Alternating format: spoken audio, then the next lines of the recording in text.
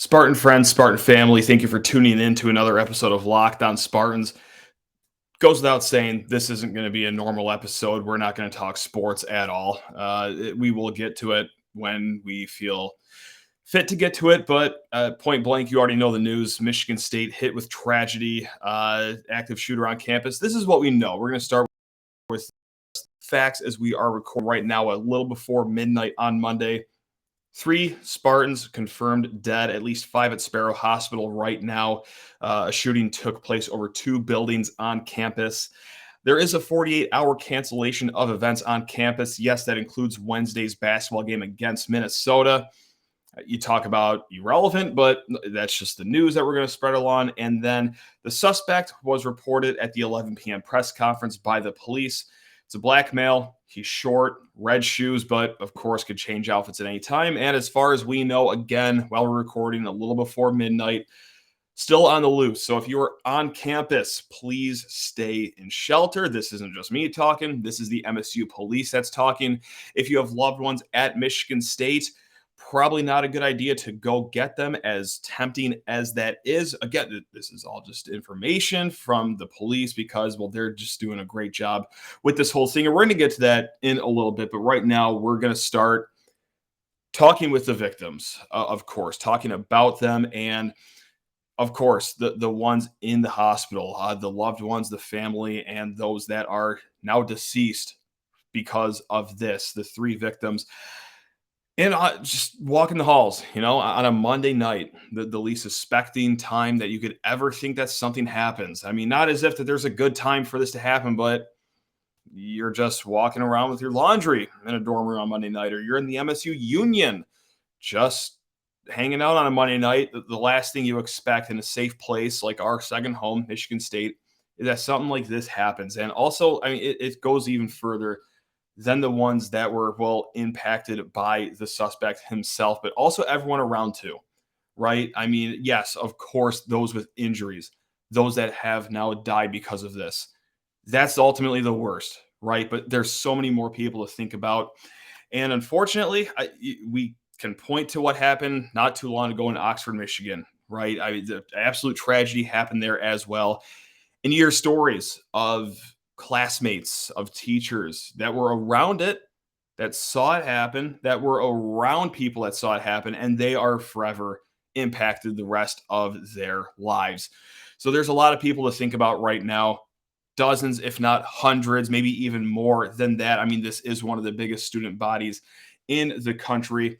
My heart and all of our hearts go out to everyone at Michigan State, even if you are not on campus as well. If you have a friend, a family member, this is terrifying times for you, no doubt about that. And your scars are not going to be ignored here as well. There are a lot of people impacted that, like, I mean, just like that. It is different, right? When you are in a near-death experience, it's jarring. And when you see your classmates, or when it's out of your hands completely, this isn't anything that was brought on by you, or when it happens at a place you don't expect, like, that is really amplified, that experience. So yes, it is quite unimaginable for those of us who have not experienced anything like this. So our hearts go out to everyone that is on campus and away from campus that has loved ones as well. And even for us that don't know anyone on campus, right? Or just, a state fan, for example, this is a place a lot of us call a second home, right? And it's a place you go to for games, for tailgating, for some of your best memories that you have of the year. And it's a place that maybe you called home as a student. I mean, this is a place that you live. And look, even if you're not connected, even if you're not a state fan and you're just watching this or listening to this to get a pulse as to what's going on, it's a place that's just like a safe haven, like any university that you went to, or if you didn't go to university, any community that you've been a part of where you feel safe. And it's just jarring to hear everything that's coming out of campus, whether it's the line of police cars, right in front of the Union. I mean, we walk those same streets to get to class, for example, or to go tailgate, and now those are littered with police cars looking for the suspect. The stories of helicopters flying over dorms. This isn't something that you just shaken off, and I think a lot of us know that, no question. But there's so many people that are going to be impacted here. And really quick, I just have to give a nod to the police presence here at Michigan State, whether it's the MSU police, whether it's Lansing area police. I mean, all counties really descended on East Lansing. Massive credit to the police. Yeah, look, a lot of us understand how incredible of a job they have done and have done already in events leading up to this, just in their day-to-day lives. But yes, the suspect is still out there, but let's look at this rationally, right? And I know it's very hard in a time like this. That's not lost over here, but Michigan State is one of the biggest campuses in the nation. All right, it spans about 2 miles wide and about a mile and a half from north to south, and surrounding that is wooded area, more apartments, an urban area. So yeah, it goes without saying that this is not going to be easy. And there's so many other things to take into consideration as well. Dozens of buildings, not to mention the hundreds of rooms that you can go into. And it's at night. All right. That makes it even harder. And then all the tips that the police get, they have to take seriously. There are reports of incidents happening at IM East, down in the South neighborhood, at Hubbard. Now, at the 11 o'clock press conference, they said that those were not correct. Maybe things will be corrected later on, and they'll say that, no, that's actually true. But what we know now is that every tip has to be carefully considered, right? So any loud slamming of a door from anyone, any loud thud of a book hitting the ground, very, very, very understandably so, students and faculty are going to think the worst and report that immediately. That's going to get reported to police. So, yes, if you even listen to 5 seconds of the police blotter, I guarantee you in those 5 seconds, you heard 17 different things going on. This is incredibly overwhelming. It's not an impossible situation these police are in, but as close to impossible as you can get. You're trying to find one person in a sea of more than 50,000 people and the surrounding area, and just how calm the police have been when you do listen to that police blotter. What else can you say other than thanks for for what you are doing? I mean, this is a very difficult job and a very late night ahead of them. So have to credit them as well for all the efforts that they are doing, clearing out dorms, taking every tip under serious consideration. So yes, that is just one thing that we had to mention right here. And I don't know, quite frankly, what else to say. Just horrendously sorry for anyone personally impacted by this, whether you know any of the victims, whether you know someone that knows someone that's a victim, whether you know someone at state, or really, if you are just on campus, this has to be terrifying. I'm not going to try to put myself into your shoes and say, "Oh, I know how scary that must be." I don't. I'm one of the few people now, as this number starts growing, that doesn't know what that really feels like.